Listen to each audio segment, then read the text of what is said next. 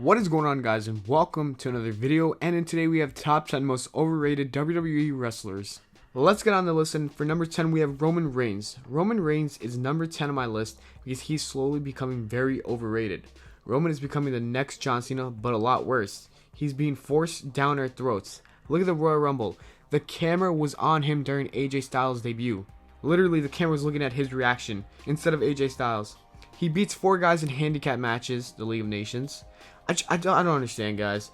Although he's getting better in ring, his mic skills are horrible, and Vince carried his feud. Number 9, we have Ahmed Johnson. Ahmed Johnson had the look of a star and an insane amount of power to add to that. One huge problem was he could not perform simple moves, but that wasn't enough for the WWE to say, let's not push him, so they constantly pushed him through the mid-90s for no reason. Ahmed Johnson was very clumsy in the ring as well. He injured multiple wrestlers with his sloppy suplexes and spine busters, making him a liability in the ring. To top all that, he was horrible on the mic.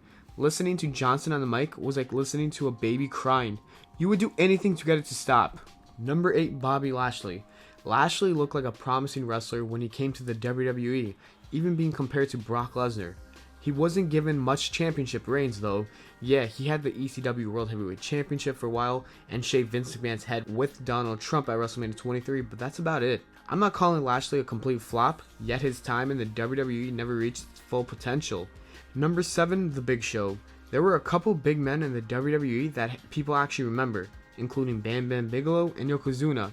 Big Show wasn't athletically as gifted as those guys, but you can include him in the argument that he is one of the best big guys the WWE has ever had.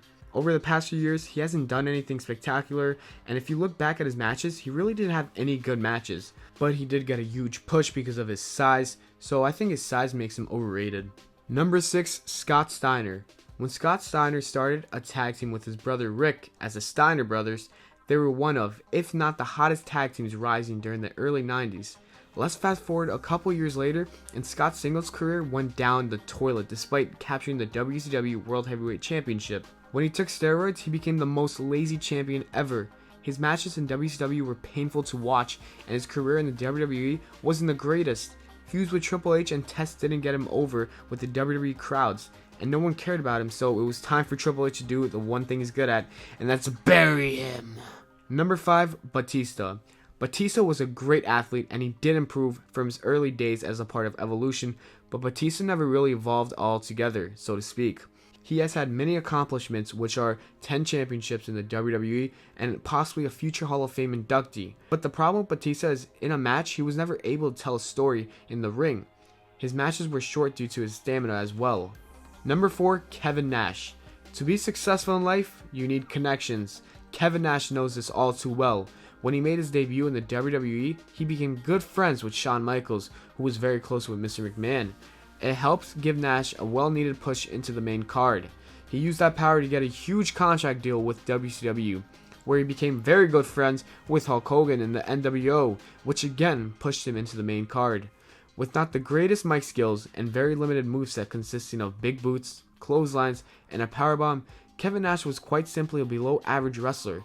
Let's compare him to his friend Scott Hall, who was a great wrestler and a great talker on the mic. Just can't compare him to Scott Hall. Kevin Nash got what he got because of knowing people. Number 3, Lex Luger. People were calling Lex Luger the total package, having all the qualities to be a great wrestler. But he had no mic skills or the ability to have a good match. Around 1993, the Lex Express was blowing up all over America as Luger was making a name for himself in front of wrestling crowds after winning the Body Slam Challenge against Yokozuna. But unfortunately, he was incapable of winning a title shortly after. Luger couldn't carry a company as a top guy due to his lack of wrestling abilities. Also, his matches were incredibly non-memorable, and it's a shame he couldn't do anything great in his long career. Number 2, Goldberg. Honestly, Goldberg was much better than Goldberg. Goldberg hasn't done much in the pro wrestling scene other than have a long streak against jobbers. At first, the streak was a cool concept, but let's talk about what happened after the streak.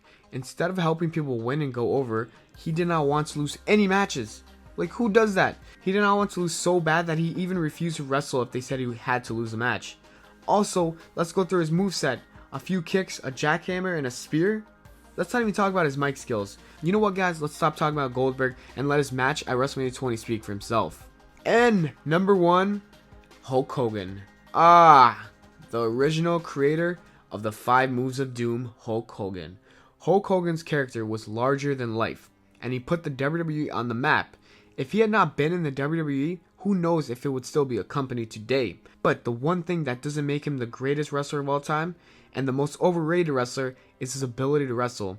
Most of his matches were him getting beat up until hulking up for a comeback and winning the match. Here's how all of his matches ended. Blocking punches, a clothesline, a big boot, a body slam, and finish it off with a leg drop. Guys like Macho Man, the Iron Sheik, and Bret Hart hated how he was defeating young guys who were trying to get past the glass wall and becoming main eventers. But he is the most overrated wrestler of all time. Thanks for watching the video, guys. Hope you enjoyed. If you did, don't forget to leave a like and subscribe for more videos. Also, what should I do for my next top 10? Take care and spike your hair.